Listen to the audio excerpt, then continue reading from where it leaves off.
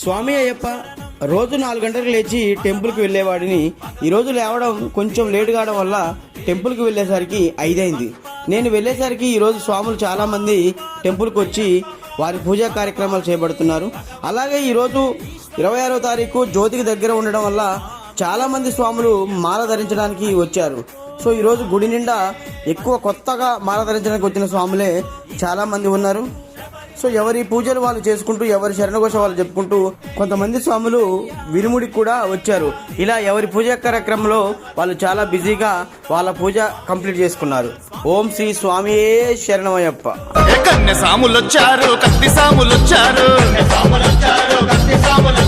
గంట సాములొచ్చారు, గదా సాములొచ్చారు,